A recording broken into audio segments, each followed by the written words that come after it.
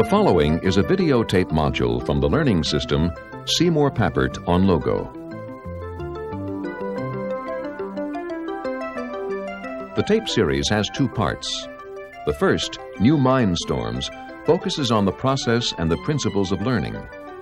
The second, Logo Hurdles, focuses on specific technical aspects of Logo.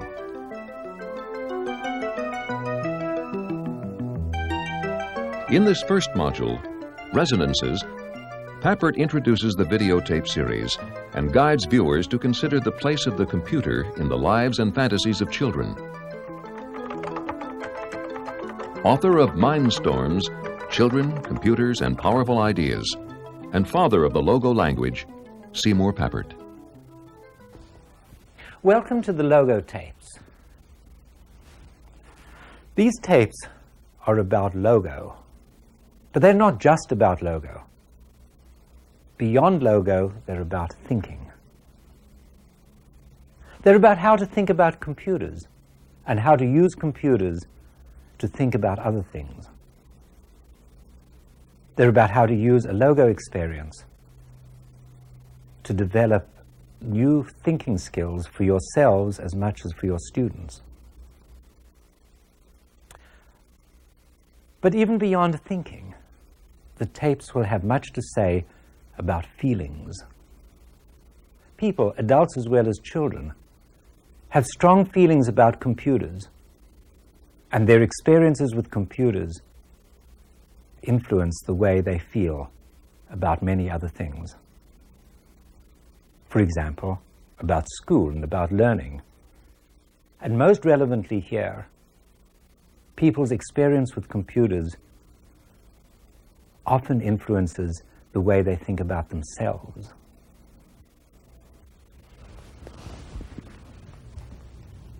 There's excellent documentation of how Logo can be a natural component of the highest quality of learning experience, both in school and out of it. But I have a quarrel with the many studies which pose what I think of as pseudoscientific questions like, what is the effect of Logo on the cognitive development of the child? As a matter of fact, most such studies have come out with positive answers. Just a few have reported negatively. But positive or negative, they're answering the wrong question. The question is not what Logo does to a generalized, passive person who undergoes a Logo experience. Oh, nice. The question is what an active learner can do with Logo, what an active teacher can make out of it. Nice creation, huh? We never ask what the computer does to people. We always ask, what can people make of the computer? Do you understand how it works? That's good. I was wondering what it was going to do. Of course, what you make of the computer depends on what resources you have. Intellectual tools, people, cultures. Logo is just such a tool that you could use to make great works, or to make mediocre works, or to make nothing at all. The young woman at the keyboard chose to follow a path which I'd like to encourage teachers not so much to admire as to emulate, not so much as to try to get their own students to follow as to follow themselves. She made of programming a personal learning experience so joyful, so rich, that the line between work and play dissolved.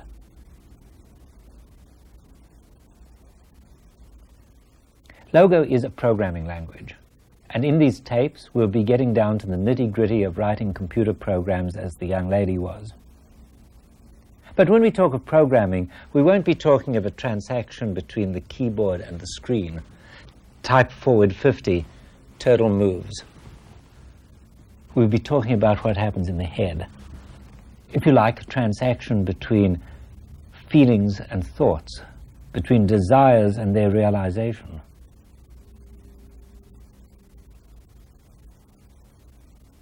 Now, since the audience of these tapes has many teachers, before talking about actual programming, I'll say something about the vision of learning that lies behind Logo, and especially something about the principle of learning that has been most commonly associated with it, what is known as discovery learning.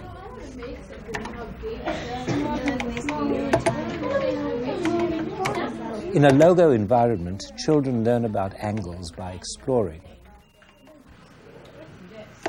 They don't have to be told the mathematical facts. They discover them.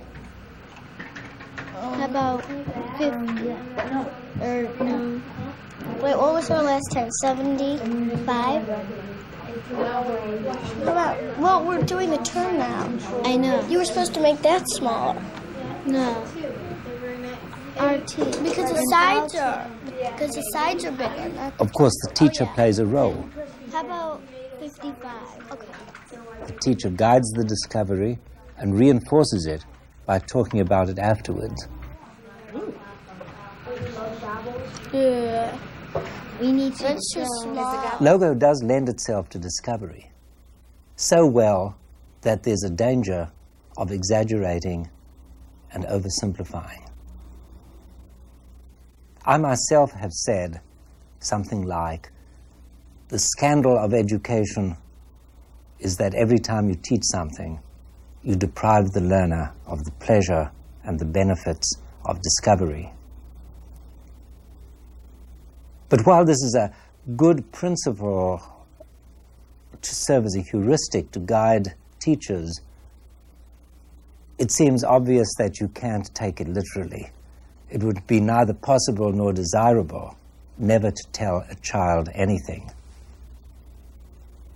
I see discovery as subordinate to some other principles. For example, it's subordinate to the principle I call appropriation, making knowledge your own, feeling good about it. Everyone knows what it's like for a piece of knowledge to feel good in your head, feels cozy, warm, sort of cuddly. And you also know what it's like for the opposite to happen. Sometimes something you learned doesn't feel like you. It feels alien. It feels like it was forced there, and it's like a foreign body in your mind. I think the difference between learning through appropriation, when it becomes your own, and learning in more alienated ways, is a more important principle than discovery. They're connected.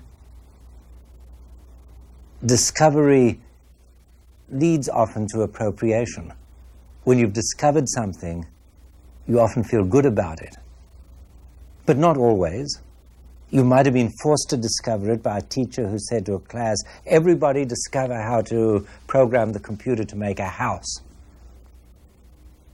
And I've seen some terrible situations in which a child was almost at the point of completing a beautiful project, needed one fact. The teacher wouldn't give it. The teacher said, let's think that through together. I thought this was a terrible thing to do to the child. The child needed to be told it. The teacher wouldn't, in the name of some principle that discovery is good. Besides discovery, many other factors favor appropriation of knowledge. One of these I call resonance, a term borrowed from physics. Another metaphor for resonance is creating good vibrations in your head. It's like somebody playing a violin. When this happens, learning is easy and good. And when it doesn't happen, learning is much more difficult. Of course, which experiences will give good vibes will vary from individual to individual.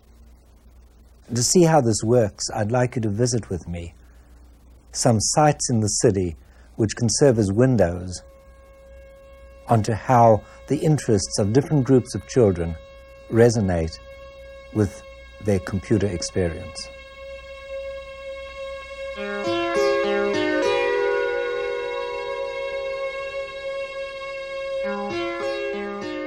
My vision of learning is not an abstract theory of interactions in an instructional situation. Theorist and teacher must learn to understand how the immediate learning experience meshes with the larger experience that makes up the learner's life.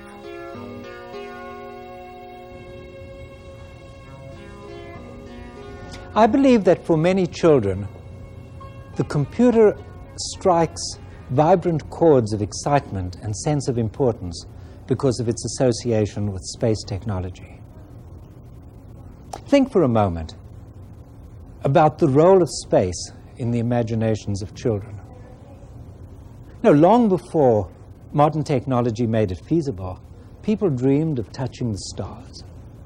Today, the material manifestations of our conquest of space are everywhere. In the remotest countryside, there are dishes looking up at the satellites. Children see movies. I know many who have seen Star Wars 10 times and more. No, it really isn't hard to believe that there are deeper yearnings for a more direct, a more hands-on, even if symbolic, participation in space technology. It really isn't hard to believe that when children work with computers, there are vibrant chords of excitement and sense of importance that derive from that yearning and that association between the computer and the space age. The computer is a piece of the space age that you can hold in your hands. You might like to think that young people who dream of space would experience school as a step on a journey into the future. Some do. But alas, many, probably most, experience school as more continuous with the past than with the future, as more of a chain to what was than as a preview of what's to come. I said alas, but aren't those children right, after all, in their instinct? Aren't they right to find it more exciting to be in a learning environment, in touch with the world they dream of? Aren't they showing a better instinct than many of the teachers who design their schools and their curricula? I think so.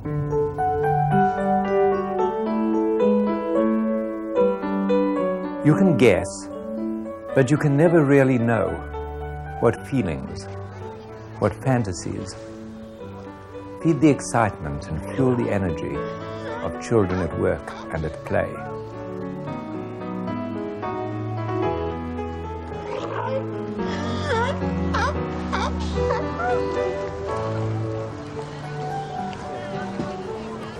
We've come to the zoo to remind ourselves of one more way in which computers could engage with deep feelings. For children, for me, for many of you, animals can be profoundly, deeply fascinating. They're what I'll call evocative objects. For those of us who resonate to animals, we can spend hours looking at them, thinking about them, feeling in touch with something we don't quite understand, but we want to stay with.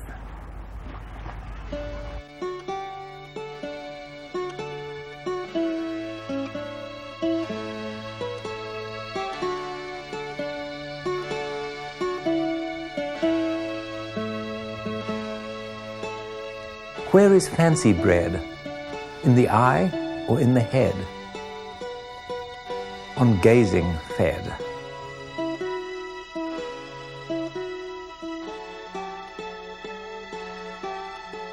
Must minds be tamed in school, or can they keep the depth of savage wonder?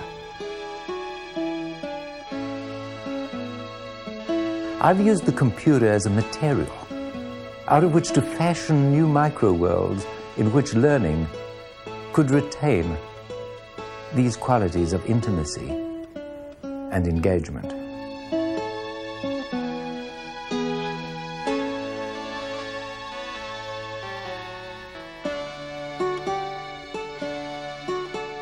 course, you don't have to go to a zoo or a museum to see objects to which children resonate powerfully. There are some in every house, television set, or the neighborhood theater.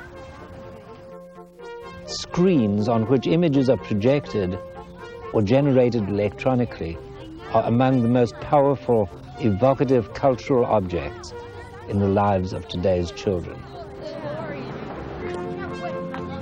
Screen for Back to the Future. Thank you.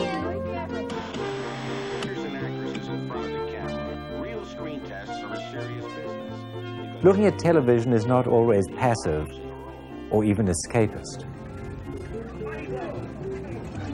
For many children, the video game offers one extra degree of active control over the screen.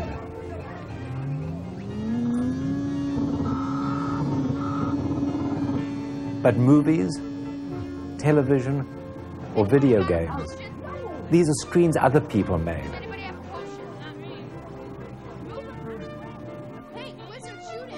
I think children have a yearning for a real appropriation of the screen, and this can come only when they have mastered the technology. Help me here, help me!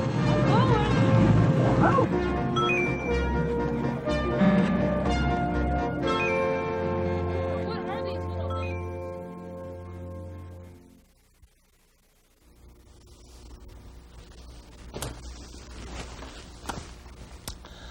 Well, our tour of the city brought us in contact with three kinds of possible sources of the energy that fuels children's enthusiasm for the computer. In the Space Museum, we speculated about the role of dreams of space. At the zoo, we discussed the possibility of the same kind of evocative fascination that animals have, contributing to the computer's holding power. And then we looked at manifestations of the screen with moving images in it, and talked about how the presence in our culture of screens gives a sense of urgency and of importance to children's work with computers. I don't want to suggest that these three are the only sources. On the contrary, in a while I'm going to talk about some others. Nor do I want to suggest that they act independently of one another. They're tightly connected. We see images of spaceships at the movies. We see animals on television. I'm not trying to give you a theory of what causes children to be so involved, engaged with the computer.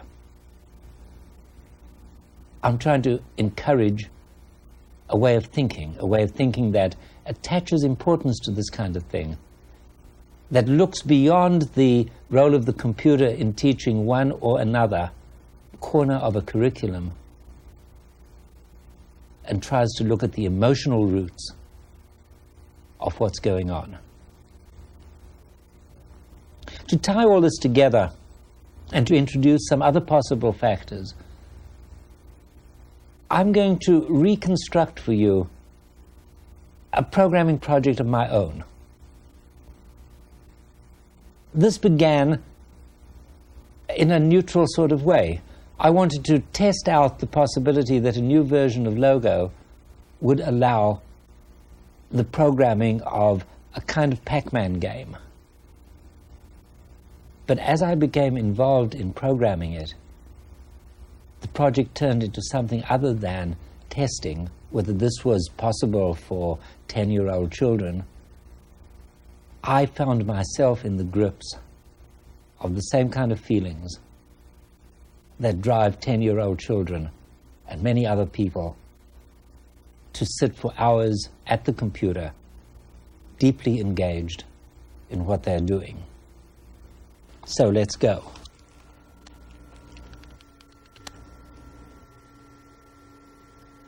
For me, the obvious first step is to put something on the screen.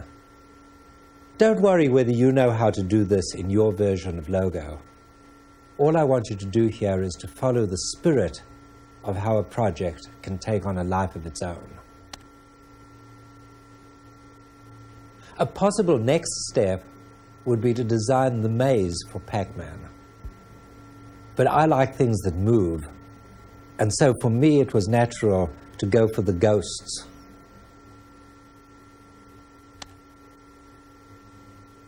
Next, I introduce an element of control. Hitting keys makes the Pac-Man turn. I considered two ways to represent this.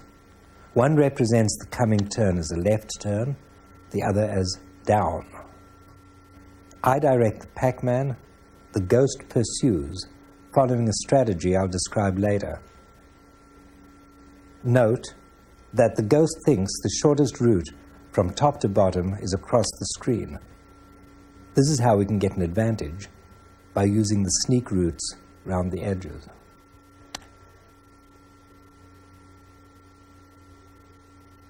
Well, let's see where all this is taking us.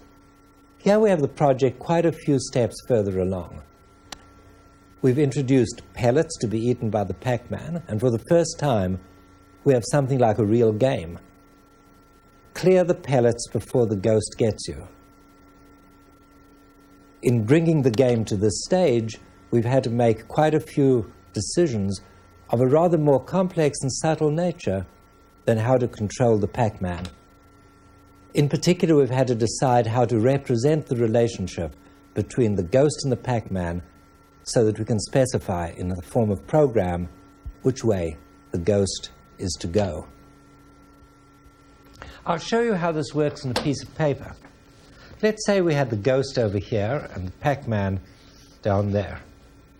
The ghost looks at two distances. That distance, let's call it the x distance, and that distance, you could call it the y distance if you like. Because the x distance is larger, the ghost sets off in that direction. If after a while it found itself there and the Pac-Man, suppose hypothetically, was still here, the y distance would be larger, and so the ghost sets off this way. At each stage, it reevaluates its choice between movement in the x direction or movement in the y direction. And so we can make sense of what we see on the screen. Okay, we start with Pac-Man and the ghost in the position we saw on the paper. Now Pac-Man is creeping around the edge, trying to take advantage of the ghost. They're getting very close. We better fly. Despite the simplicity of the algorithm, these characters do take on a certain amount of life of their own. They have a certain personality. In the excitement of the chase, one easily makes a mistake. And of course, there's instant retribution. You've been looking at a slightly fictionalized, but fundamentally realistic account of the beginnings of a programming project. I think I've carried it far enough to convey my essential message, to give you a sense of the intellectual excitement of the challenge, the mastery of this technology, a sense of empowerment. But I've also tried to convey something a little more subtle. Let me call it identification. You identify with the Pac-Man, with the ghost, with the turtles, of course. But you also identify with other things, the mathematical process, the kind of representation. Maybe it's better to say you get inside it. You're really there with it. You're part of it. I think that factors like this play an essential role in what's special about the best kinds of logo learning environments. I think we've got a long way to go before we've learned how to master this medium for learning and teaching. But I think we're getting there. Of course, not everyone agrees. There are critics who fear that computers might actually be harmful for children, that they might encourage an overly analytic and overly abstract way of thinking, that they might remove children from earthy contact with experiential reality and place them on some sort of airy-fairy plane of abstraction. I think the shoe is really on the other foot. I think that if these critics went into classrooms across the country, perhaps worst of all, mathematics classrooms, but also where science and grammar and other subjects are taught, I think they'd see real examples of abstract in the bad sense, of knowledge that's abstract in the sense of not being related to anything personal. Nobody cares about it. The children do it at arm's length. They certainly are not inside it.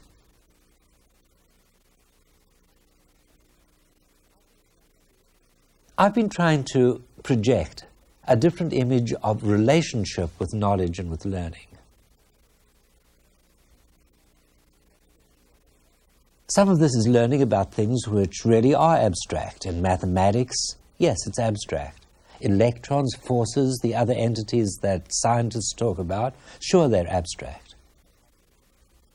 But mathematicians and scientists experience them with love, with involvement. They identify with them. They feel them. And I think that what we're learning to do is to create environments in which children can experience the abstract as real and personal. A kite is lifted by the mind as much as by the wind, guided by strategies not unlike those we met in Pac-Man. In my vision, the computer is used to join, not to separate, such contexts for learning.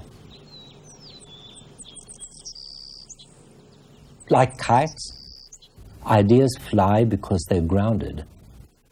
And if they're grounded in experience, experience is enriched by a sense of the flight of ideas.